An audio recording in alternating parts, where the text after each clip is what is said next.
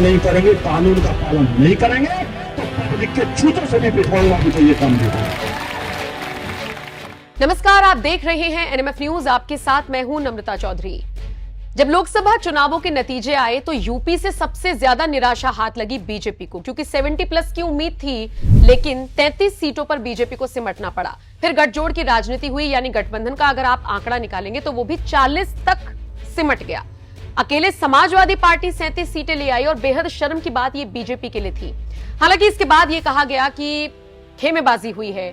कुछ जगह पर कहा गया कि कुछ सीटें सिर्फ इसलिए हराई गई क्योंकि कुछ नेताओं की आपसी रंजिश थी, और इसमें 2 नेताओं के प्रमुख तौर पर नाम सामने आए। एक तो मुजफ्फरनगर से जो सांसद रहे संजीव बालियान, जो इस बार हार गए, समाजवादी पार्टी के नेता ने उनको हरा दिया, और मेरठ सरदना से विधायक रहे संगीत सोम के बीच की जो तकरार थी वो जग जाहिर हो गई। दोनों के बीच काफी ज्यादा टीका टिप्पणी हुई, कटाक्षबाजी हुई, लेकिन इन सब के बीच पूरी कंट्रोवर्सी को योगी आदित्यनाथ ने काफी हद तक कंट्रोल करने की कोशिश भी की।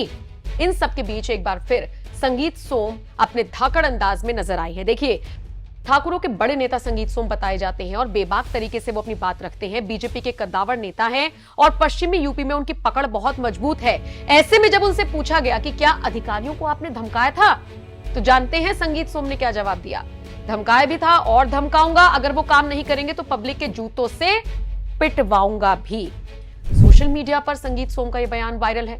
तरह तरह की आलोचनाएं उनकी हो रही हैं, तरह तरह से लोग उन्हें सपोर्ट भी कर रहे हैं, मतलब मिलीजुली प्रतिक्रियाएं उनको मिल रही हैं। मुझसे अभी पत्रकार बंधु पूछ रहे थे कि आपने धमकाया, मैंने कहा हाँ, मैंने ही धमकाया। कि क्यों धमकाया? मैंने कहा कम धमकाया, कम धमकाया। अगर सही से काम नहीं करेंगे, कानून का पालन नहीं करेंगे तो पब्लिक के जूतों से भी पिटवाऊंगा भी तो ये काम नहीं होगा। मैं आप लोगों से कहना चाहता हूं, कमजोरी की बात मत करिए, कमजोर मत होइए, लेकिन मैं फिर कहता हूं, जहां 4 बर्तन होते हैं ना साहब। बताते चले, मुरादाबाद में रविवार को क्षत्रिय महासभा में बोलते हुए संगीत सोम यहां तक कह गए कि जो अधिकारी काम नहीं करेंगे उनको वो पब्लिक के जूतों से पिटवाएंगे। क्षत्रिय बिरादरी के लोगों को समझते हुए और समझाते हुए उन्होंने कहा कि आज 1.5 जिले और 1.5 आदमी की पार्टियां देश व प्रदेश में बार्गेनिंग करती फिरती हैं। हमें इतने विधायक सांसद चाहिए, लेकिन आपकी इतनी भी हैसियत नहीं कि कह सको कि हमारे 2 आदमी को टिकट दे दीजिए। संगीत सोम ने इस दौरान अखंड भारत पर बात की, हिंदू राष्ट्र की बात की, पाकिस्तान पर हमला बोला, कहा कि आप खड़े हो जाइए, पाकिस्तान की हैसियत क्या है? अगर योद्धा खड़े हो जाएं तो अखंड भारत आज फिर से एक हो सकता है। इसके बाद फिर संगीत सोम ने बताया कि मुझसे पत्रकार भाई लोग पूछ रहे थे कि आपने अधिकारियों को धमकाया, तो इस पर मैंने कहा कि हाँ, मैंने धमकाया, कम धमकाया। अगर सही से काम नहीं करेंगे, कानून का पालन नहीं करेंगे तो पब्लिक के जूतों से भी पिटवाऊंगा। इस दौरान संगीत सोम ने मुगलों को लेकर भी विवादित बयान दिया। उन्होंने कहा कि आप लोगों ने मुगलों को देश से भगाया था, यानी क्षत्रिय समाज को वो यहाँ पर संबोधित कर रहे थे। ऐसे में आज भी आप मुगल टाइप के लोगों को देश से भगा सकते हैं। जिस तरीके का बयान, या मुझे कहना चाहिए ये धाकड़ बयान संगीत सोम का आया, उसको लेकर अलग अलग प्रतिक्रियाएं आ रही हैं। फिलहाल संगीत सोम के इस बयान पर आपकी प्रतिक्रिया क्या है? कमेंट सेक्शन में अपनी राय हमें जरूर। उनकी हैसियत नहीं, क्यों?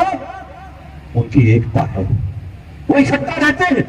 जब समाज की बात आए तो इकट्ठा हो जाते हैं, लाठी लेकर खड़े हो जाते हैं, लेकिन जब समाज की बात आए तो आप जाके सो जाते हैं घर में साहब, आप उठने का काम नहीं करते। अगर आप उठ जाए, लाठी लेकर खड़े हो जाए, और मैं दावे के साथ कहता हूं आप पूरे साल सोइए, 365 दिन सोइए, एक दिन संगीत सोम तुम्हें याद करे, उस दिन लाठी लेकर खड़े हो जाइए। अगर देश का आपका डंका न बजा तो मेरी दिन में कम से कम एक दिन तो खड़े होइए, एक दिन तो जागिए।